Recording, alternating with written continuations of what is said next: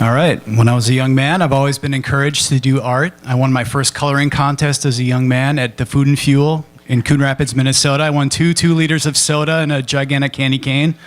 I always got flyers from my family members about your future in art. You can do a career. This could be your career. I always enjoyed creativity. My parents encouraged it. They got me guitar lessons. They rented me that sweet 80s guitar. This is my grandma's living room. So my brother, my cousin, and I, this is my cousin Mike down here in the corner. He's even holding the music for us. We played music. We were always encouraged to do creative things. As I moved through school, I was interested in doing design, doing coloring, and doodles. But I got an opportunity when I was a freshman in high school to do a poster for my small town high school play of Cheaper by the Dozen. So I photocopied, I used whatever word processing to do that. As I got older, I started discovering music. I started really listening to music. Nirvana's In Utero. I don't know if you heard that album, but it really was the first album I ever heard. Loud guitars really inspired me to listen to music, pay more attention to what people were doing with music. Not only the music, but the artwork also caught me. I started looking into designers, specifically from Seattle. Art Chantry, this is some of his work. It was really rough, cut and paste, stuff that I had access to, photocopiers, X-Acto knives. He was making posters. I was getting inspired to do whatever I had available.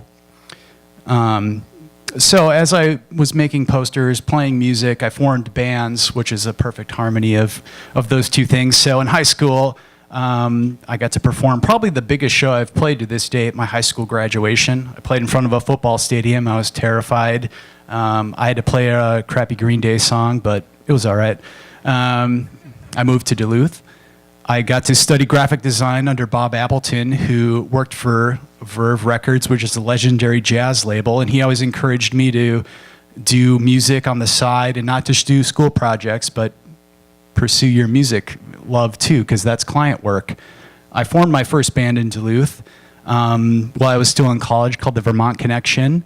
We hand cut our cases, we put our own posters together, and really concentrated on the design aspect of playing music. And it was a short-lived band, but it was the first time I had an excuse to do design for music. As I progressed through that, I also got close to Pizza Luce. I asked them, can I do some posters for you guys? So they allowed me the opportunity to do some posters, and so I got to do some really great posters for bands. They let me do some of their even internal restaurant kind of posters for like happy hour. Then I put together my first band that was a band that I play to this day. These badasses are Portrait of a Drowned Man. I've been playing with most of these guys for over 10 years now, and we still play music to this day. This was us in probably 2005, maybe, outside the old Twin Ports Mac. Shortly after that, I got my first job in Duluth as a professional designer for Advanced Art Communications. I got to work for Pool Trade Show, which is a fashion trade show based in Las Vegas. Got to meet really cool people, travel to Vegas, LA, New York, do design on a professional level, learn everything I need to know about working in corporate design. The more I worked in corporate design, the more I wanted to not do design on a computer. I joined a noise band called I Am the Slow Dancing Umbrella, and we started typing things on typewriters. We taped paper to cloth fabric. We made our own cases.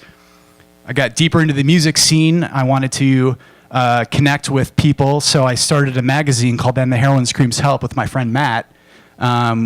We basically put on shows. We made a magazine. We wrote about bands that no one was writing about, and Pizza Luce let us put on huge concerts, and it was a lot of fun.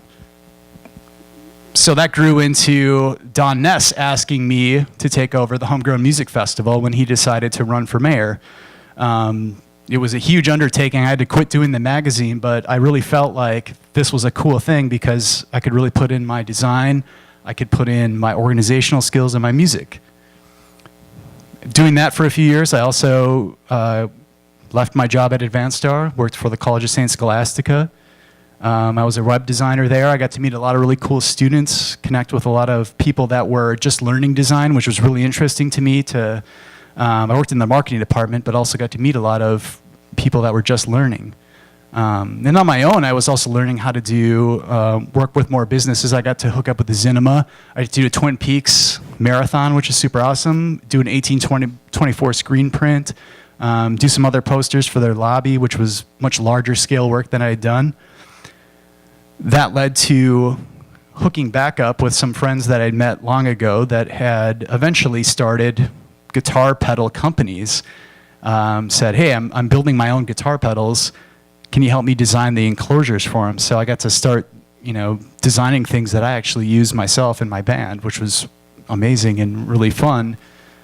So after doing music design, I got hooked up with a documentary film called Wild Bill's Run about Wild Bill Cooper from Willow River, Minnesota. Very Russ's hometown. A lot of really big, this was a really great documentary. I got to do the soundtrack for it, which was really fun. Which led to other video work, which I got hooked up with Ray Pravada, Cinema Purgatorio. He helped me. I developed a logo for him. I got to do film posters for Low, Iron Mule Film Festival out in New York City, which was really cool to do the posters for that. And finally, the thing I'm working on right now is another film that Mike did, who did Wild Bill's Run, is a documentary about competitive jigsaw puzzling that I wrote an original score for called Wicker Kittens, which is premiering at the South by Southwest Film Festival in March, which is a huge honor to write music and have it showcased there. Thank you.